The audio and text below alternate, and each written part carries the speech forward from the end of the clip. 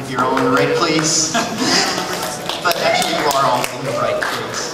If you're looking for traveling to Japan on a budget, you just missed it. So, we wanted to organize this panel because we're all really big fans of Falcom as a game company. They're a really, they were a really important company in early, like, 80s video gaming. They were established in 1981, published what is arguably the first Japanese-developed RPG, or action RPG, in 1983, published what is to this day the best-selling Japanese PC title, and just in general, they were very important to Japanese PC gaming, and they're still around today. They're still making PC and PSP games, and it's just a really, really cool company for people who like games.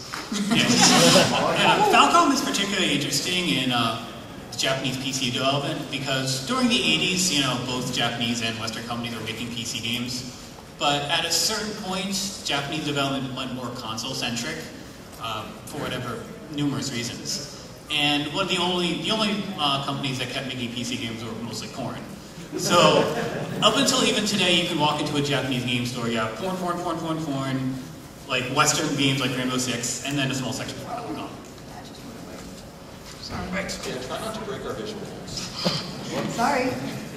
But yeah, we figured we should start with brief introductions. I'm Tom. I'm known online as Wyrdwad. I'm one of the moderators on the Ancient Land of East message board, which is a really great message board. I take it we have a couple members in the audience with us today.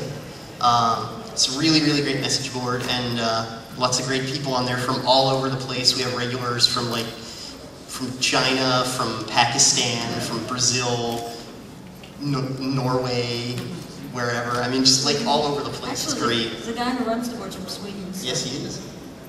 And so it's just a really, really cool place. And I've been a Falcom fan since the PSP Legend of Heroes: The White Witch came out, which, if you hate any of the PSP Legend of Heroes games, blame Bandai, not Falcom. We'll go into that later. My name is Kurt Collada. I run a website called Hardcore Gaming 101. About 2 years ago, I became momentarily obsessed with Falcom games for reasons that I can't even really explain. I guess because I was into video game soundtracks for a long time, and Falcom is really big in the video game music scene. A lot of their stuff matches like Konami at their peak. It's really awesome stuff that they'll be going over with. And there's a lot of games I had heard about and heard the music, but I had no idea what they were about. So that kind of prompted me to start playing, and you know, there weren't very many English resources, so it was just like a fun journey. So, and I think the first game I ever played was East Book 1 and 2, which was the killer app for the TurboGrafx 16 CD way back in the early 90s. And I didn't get to play it until Magic Engine was released, but even if you have no interest, it's worth it just to get the music, because it's all playable on a regular CD player. My name is Kirsten. I'm also known as Floofy or OMGFloofy or whatever. I am a regular on the Ancient Land of East forums, but I think my big thing is that I'm one of the translators for the Sword no Kiseki translation project. We are taking a game that has 55,000 strings of text, which is the first of 3. And for some reason, we have had people tell us that we are insane and we are on crack because it's bigger than most major RPGs out there as a whole. So, but I really got into Falcom through the soundtracks because I'm a huge game music fan, and my friend randomly left his perfect collection for East 1 over at my apartment, and there it went. I mean, actually, my first experience was hating East 3, Wanderers from East. East 3 is the best word game ever made. I know! It's a terrible game, and yet I have so much fun playing it. I'm the same way, but then I love Falcom. Yeah, Falcom is a legitimately fantastic game. At this point, if you've never played East 3, just play East Oath and Felghana instead. It's and basically, you will be much happier with yourself. Yeah, it's just a ground-up remake of the game that just makes every other version obsolete. Yeah, this made me miss out on the East series until I randomly played Arkham and Vishnu. Which is a really good one. Actually, that was the first one in 8 years, wasn't it? First new one? Yeah. They made it such a big deal about it, too. It was great, though. It was indeed. Okay, and just to go over the reasons why we love Falcom, at least I do, other than the music.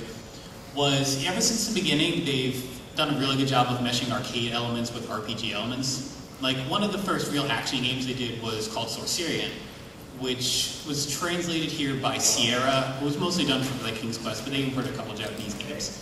They ported it to DOS, and we don't have any pictures, but it was this funny little game where you had 4 different people running through dungeons, and you had these really weird sword attacks and fireballs. You just jump around and basically do fetch quests. But in addition to that, you could make your own characters. There's a lot of heavy customization elements and a lot of stuff like that. So that's pretty important. And even today, there aren't really very many companies that make action RPGs like they did in 16-bit days. Like, a lot of the East, both in Falcom, Arkham and Pisham, I always felt were a lot like Illusion of Gaia and Terranigma and all those sort of games, which, and the closest thing we have nowadays is like Diablo or the Shining Force games, which aren't really the same sort of thing. Anyway. I think you forgot my intro.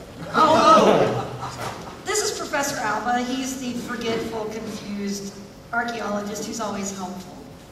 Ever so helpful. He's very helpful. I think he's going to steal my mic. But seriously, I'm Will. I'm just here to look pretty on stage. I'm also involved in the Sword no Kiseki translation project, mostly doing graphics work because pretty much every bit of Japanese text in the game on like the maps and stuff or in the help menus is all actually layered onto the images, which means someone who knows how to use Photoshop actually has to go in and, you know, clean all of that so that they can do their work afterwards. Alright. Yeah, terrible map.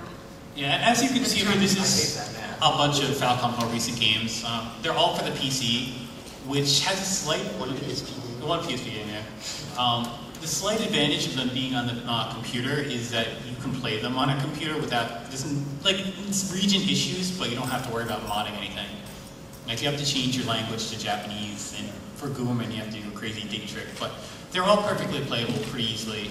And a couple of them have translation patches. Like Oath and Felgana was probably the best one they've done recently, is available in English. And the translation patches for these games and for East 4 The Dawn of East on the PC Engine are all on these discs, which you will all be receiving, assuming we have enough for everyone. This is also the very first time the East, the Oath and Felgana translation patch has been released with the creator's blessing. We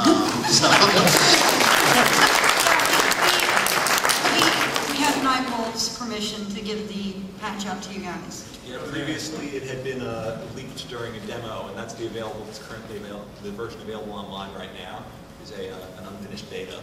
Is it still the It's still the unfinished beta, but I think the only thing that's unfinished is like one graphic in the middle of the game is not translated.